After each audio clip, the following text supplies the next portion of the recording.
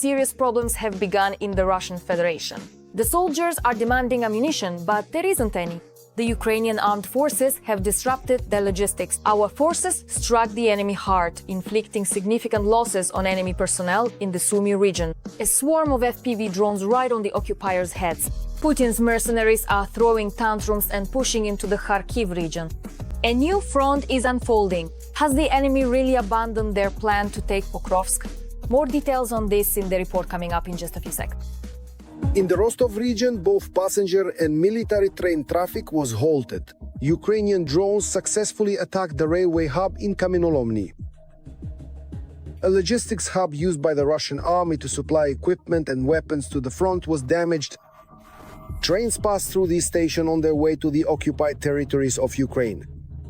And as for the partisan movement, an arson attack also struck an important logistics hub of the occupiers. The sabotage was carried out near Tula.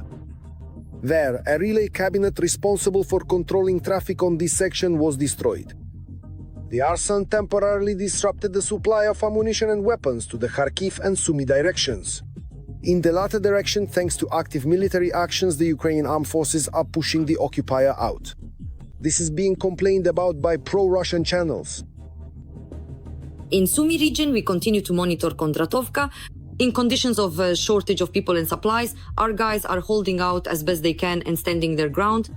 The last 15 to 20 households in the village, which we still haven't let them into.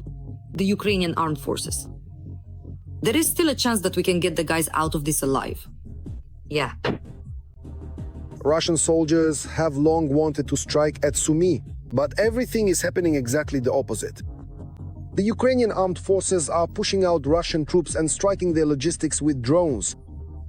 We're all waiting for our FPV drones to start terrorizing Sumy, but the bastards are hitting our logistics just as deep. The Novoivanivka-Sverlyakova road. Deep rear, it would seem, about 20 kilometers to the front line. But that doesn't stop the Ukrainian armed forces from maintaining fire control over this road. With ordinary cheap drones costing $500 apiece, about 10 pieces of equipment have been lost on this route. That's just for yesterday alone. And this is the main artillery of the entire garrison in Yunakivka. Those who install anti-drone nets have a lot of work to do on this road. It's just that they should have been sent here the day before yesterday. The main tactic of the Russian Federation remains assaults by small infantry groups. The AFU respond with the massive use of FPV drones, in which they have both numerical and qualitative superiority. On the Kharkiv axis, they are trying to overwhelm the AFU with numbers. And they have opened another direction in Kharkiv region in order to draw our reserves away from the Kupiansk axis. Overall, the situation is not very favorable for us. The large length of the border allows the enemy to carry out such actions almost along the entire line. Due to a lack of reserves, we have to extinguish such fires in a targeted manner, involving forces from brigades that are already carrying out combat missions directly on the front line. Countless anti-drone nets have to be installed in the Zaporizhia region. This is the settlement of Orikov. In this direction, the Russian army has no successes, so it terrorizes civilians and the military with drones. Here, the occupiers constantly launch senseless attacks. The personnel are without food and water. We spent 21 days practically without food or water. Many of our people died. Not many, but for our small detachment, these are very significant losses. Donetsk region is the main target of the Russian army.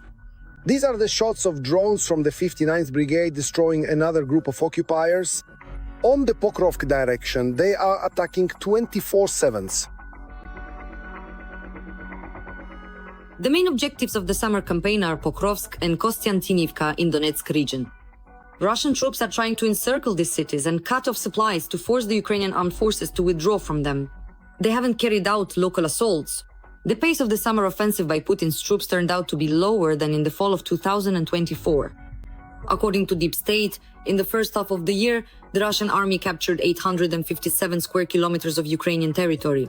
They showed a higher rate of advance than in the spring, but still, it does not reach the figures of last fall. In just November alone, 730 square kilometers were occupied. Many global publications report that the Russian summer offensive is the deadliest for the occupying army since the start of the war. According to The Economist, more than 30,000 Russian soldiers have died since the beginning of May. And that's according to the most conservative estimates. NATO is already at Ukraine's doorstep. The latest models of Western weaponry are heading straight to the front lines. The Ukrainian armed forces are preparing for the first combat trials of machines that, until recently, existed only in classified technical reports. Russia is in complete uncertainty. The enemy doesn't know where the danger will come from.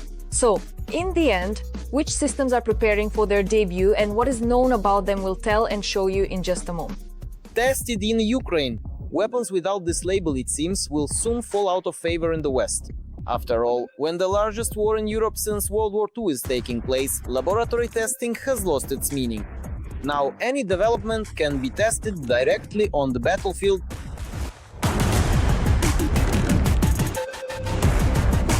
The defense cluster Brave One has officially announced the launch of the Test in Ukraine program, where foreign arms manufacturers will be able to test new products directly on the front lines.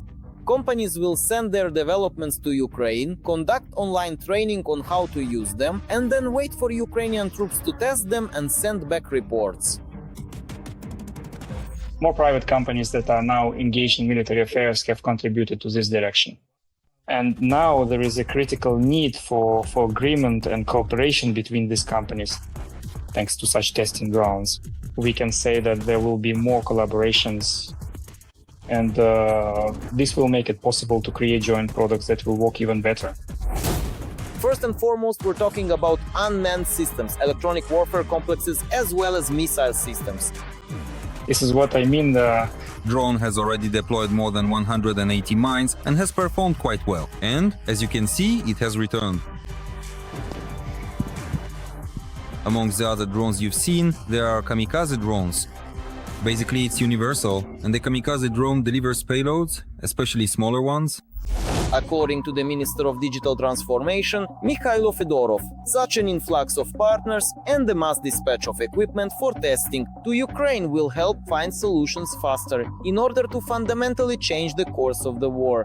The armed conflict is currently in an acute phase, which gives corporations the opportunity to test their systems, testing in real combat conditions. Most of these technologies involve drones, control systems, data processing, collected data, intelligence information, as well as means for detecting and countering drones, mainly through electronic warfare means, but also using air defense systems. At the same time, experts say the Testing Ukraine program not only helps to test developments on the battlefield, but also to understand how Western weapons perform against a potential adversary. After all, at the NATO level, the Russian Federation has been officially recognized as one of the main threats to the alliance. This gives them Continuity, the opportunity to test their developments against the Russian army, to study Russian defense systems, and to adapt their troops to counter the technologies that Russia is using on the battlefield, and possibly those that China may use in the future. Participants in the program have the opportunity to test their developments not only at the front, but also deep in the rear of the Russian Federation, when it comes to long-range weapons. This is also where counteraction to Russian models comes into play. Electronic warfare, the ability to identify targets using artificial intelligence, and the direct capability to destroy the required object. Such capabilities exist. Currently, they are mainly implemented with the help of long-range drones. Various factories are being hit, ones that are critical for the military. They are striking across the entire Russian Federation complex. In addition, manufacturers will be able to test their products directly on site, that is, independently by coming to Ukraine. This will allow for changes to be made in real time. There is also the option to entrust testing to Brave One specialists. In that case, the experts will conduct the testing themselves and provide partners with a detailed report of the results. And this work is already underway, particularly in the field of UAVs. Many of these drones, as far as I know, are classified. For example, in annual, many companies have already expressed considerable interest in the Testing Ukraine program. Of course, this was stated without providing any specific or detailed information. So, precisely who and exactly what is going to be thoroughly tested in Ukraine, the Russian Federation will undoubtedly find out in real time, as events unfold. Every voice matters. Join our community, support independent journalism and help us bring you the truth from Ukraine. Become a member of Ukraine Today. Join us now. There is chaos and panic within the ranks of the Russian army. The Kremlin has resorted to extreme measures. After Putin's latest order, the soldiers are demoralized, the command is in a panic. Total collapse, hundreds of videos with complaints, broken units, fear and anger. The situation is escalating. Is an internal rebellion really brewing against the Russian generals? And what is happening now in the mercenaries camp? All this is covered in the report. Coming up. In December of last year, 4 servicemen of the 34th Brigade were executed in the Kursk region. These are Russian army soldiers with call signs: Beast, Shadow, Shelby, and Casper. And they were shot not by Ukrainian armed forces soldiers, but by their own comrades in arms. The reason for the execution: they failed to carry out an order. A day before this, the commander of the 34th Brigade's battalion, Maxim Chernov, call sign Novosibirsk, gave the AGS group an order to fire at a designated target from a specific location. The group went out on the mission, but the spot at the position turned out to be swampy. Fine. They were unable to set up the weapon. The group came under enemy artillery fire and the soldiers were wounded. But they couldn't carry out the order which they reported to their superior with the call sign Zima. He reported this to Chernov, and what was the response? Let them return, and upon return, eliminate them. The guys were evacuated, brought to headquarters the next day for a talk, and that same day they were executed. Their bodies were thrown into a well, covered with branches and camouflage netting. Their families were told that they were missing in action. Until the 15th of March, the deceased were listed as missing in action. Until the relatives, friends and witnesses of the execution found a well where they had been thrown. Currently, 3 Russian army soldiers who executed their fellow servicemen have been detained and are being held in a pre-trial detention center. In fact, that's where the story could end, since no one is holding those responsible for the execution accountable. Commander Chernov is feeling just fine, on vacation, couldn't care less about anyone. His uncle is a general, so he can do whatever he wants. The investigation is practically not being conducted. There are plenty of witnesses, but no one is listening. Soldiers are constantly rotated, as are relatives. They just about haven't started swearing at them yet. In the Russian army, the killing of their own soldiers is called resetting. Simply put, it's an execution. And such an order can be given by a commander. For any offense at the front line, for the so-called Second Army of the World, this is standard practice. Basically, they want to reset our lives. The commander ordered to reset? My brother. Just to reset our guys, our fighters. Reset, as they say.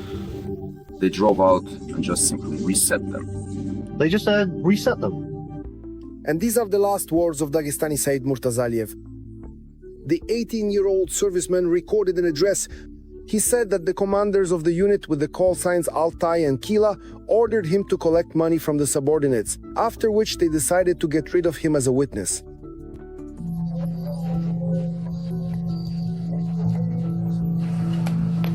By order of Commander Bolka, so that the guys went on the assault. That's it. After that, they sent me alone on the assault. Where is Comrade Spartak, the call sign? He said that an order came to detain me. Said arrived in Moscow for the winter holidays, where he was arrested on fraud charges. At the station, Murtazaliev was offered to sign a contract with the Ministry of Defense. And when he refused, they began to torture him. When the young man arrived at the unit, he was forced to collect money. And the next day, after recording the appeal, the commanders declared the serviceman missing. The video was published by his mother, who is still searching for her son. According to various estimates, between 50,000 and 100,000 Russians may have gone missing in the war in Ukraine. But the Kremlin remains silent. Why are there so many missing? How many of them have been erased? And even this number, the authorities are also diligently trying to conceal. That's all from me for now. This was me, Darina Hutsakalu. Even more hellish news from the front in our next episode. And in the meantime, don't forget to subscribe and hit the like button. See you soon!